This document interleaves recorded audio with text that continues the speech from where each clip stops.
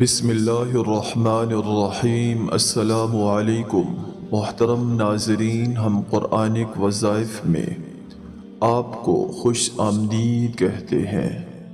ہم امید کرتے ہیں کہ آپ خیریت سے ہوں گے اور ہماری دعا ہے کہ اللہ پاک آپ کو خیر و عافیت سے رکھے۔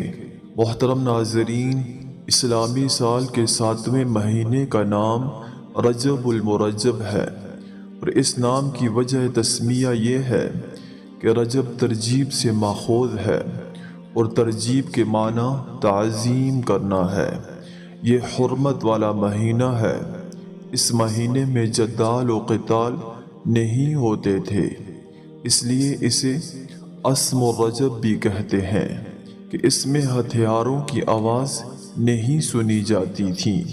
حضرت ابو ذر غفاری رضی اللہ تعالی عنہ سے مروی ہے کہ رسول اللہ صلی اللہ علیہ وسلم نے ارشاد فرمایا، جس شخص نے ماہ رجب کا پہلا روزہ رکھا اس کو مہینے بھر کے روزوں کا ثواب ملے گا، اور جس شخص نے 7 روزے رکھے اس پر جہنم کے 7 دروازے بند کر دیے جائیں گے، اور جس شخص نے 8 روزے رکھے اس کے لیے جنت کے 8 دروازے کھول دیے جائیں گے، اور جس شخص نے 10 روزے رکھے اللہ تعالیٰ اس کے گناہوں کو نیکیوں سے تبدیل فرما دیں گے، اور جس شخص نے ماہ رجب کے 18 روزے رکھے تو ایک پکارنے والا آسمان سے پکارے گا کہ اللہ تعالیٰ نے تیرے پچھلے تمام گناہ معاف فرما دیے ہیں۔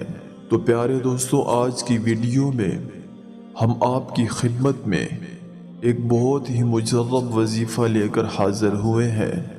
رجب المرجب کا مہینہ جاری و ساری ہے۔ اس مہینے کی بہت زیادہ فضیلتیں ہیں۔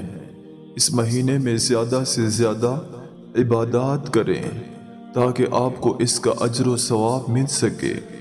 رجب المرجب کا کیا وظیفہ ہے، اس کے کیا فائدے ہیں، آپ نے یہ کس طریقہ سے کرنا ہے، آج کی ویڈیو میں ہم آپ کو بتائیں گے۔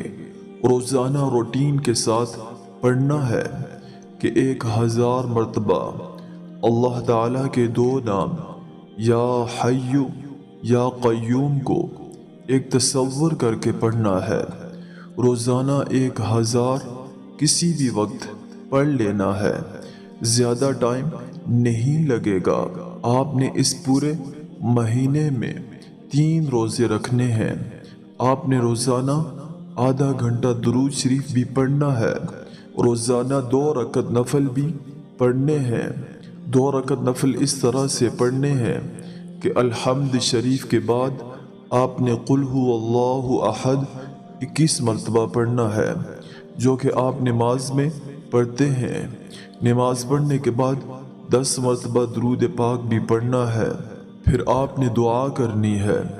اللہ تعالیٰ سے جو بھی دعا کریں گے آپ کی اللہ تعالیٰ اپنے فضل و کرم سے ہر دعا کو پورا فرمائیں گے، اور آپ کی ہر تنگی و پریشانی کو اللہ رب العزت اپنے غیب کے خزانوں سے پورا فرمائیں گے۔ اب آپ سے اجازت چاہیں گے، اپنا ڈھیر سارا خیال رکھیے گا۔ اللہ نگہبان۔ السلام علیکم ورحمۃ اللہ وبرکاتہ۔